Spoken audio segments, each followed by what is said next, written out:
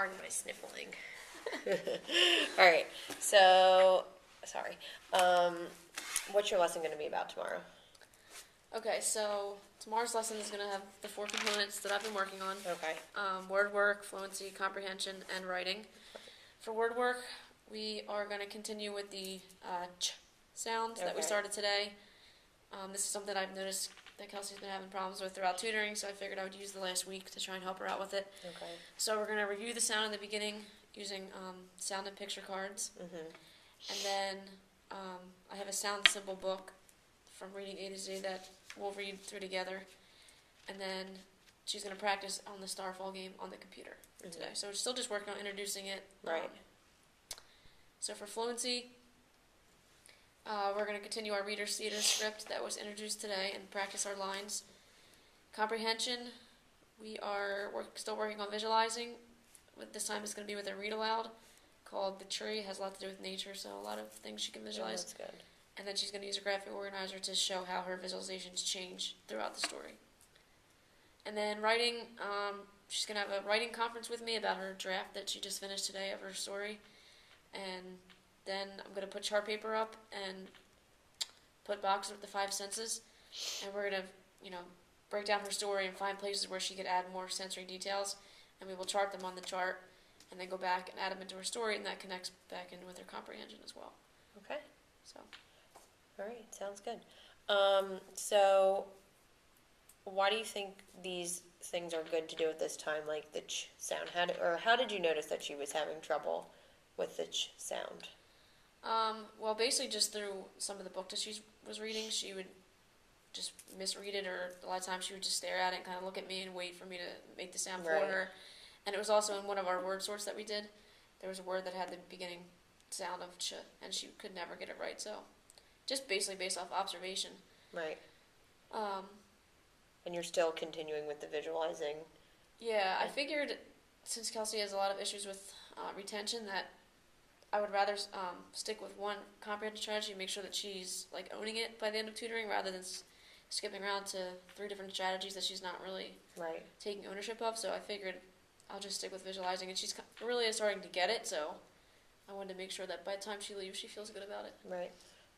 Do you think that doing like the visualizing and the senses and comprehension is going to help her like in her writing then? Because I know you said you're doing the visualize, like using your senses in your writing. Yeah. Have you noticed that, or is this you're just trying it out for the first time?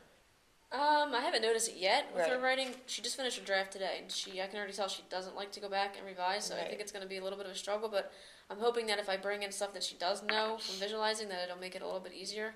And I'm trying to put it, trying to tell her, when you visualize in the text, we talked about the words that help you get the image in your mind. Right. You're not, you need to put those words in your story as well, so that I can get a picture in my head when I'm reading your story. So I hope if I put it to her that way, she'll understand why it's important. So just reinforcing or showing her how authors do this, and you can do it too in your writing. Right.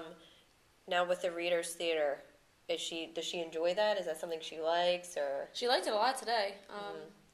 Today we kind of talked about the script.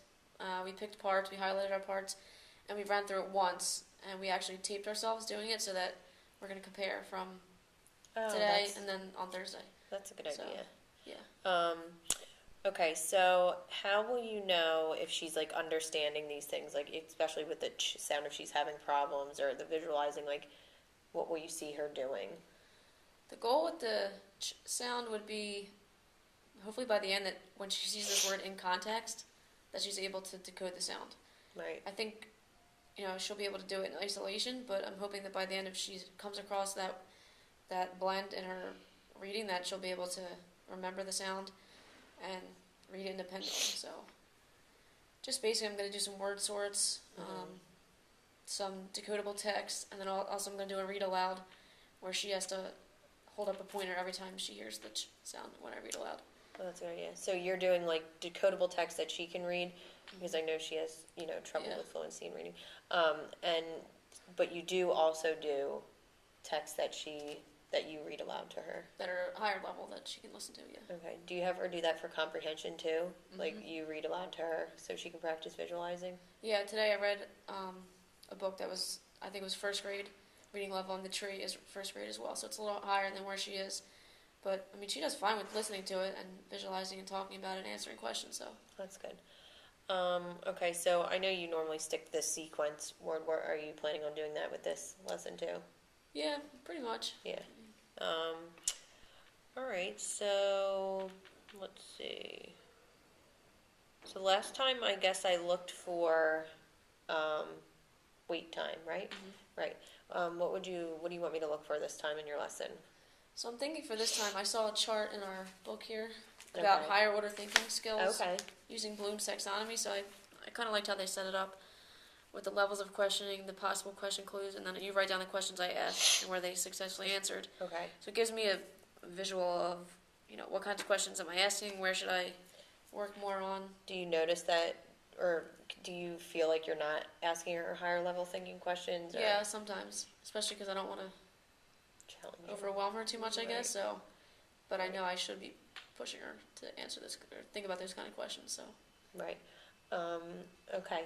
So just like this, and write down the questions, and then did she successfully answer them, or did she not? Or I see here too. It says like with support, so I can do that also.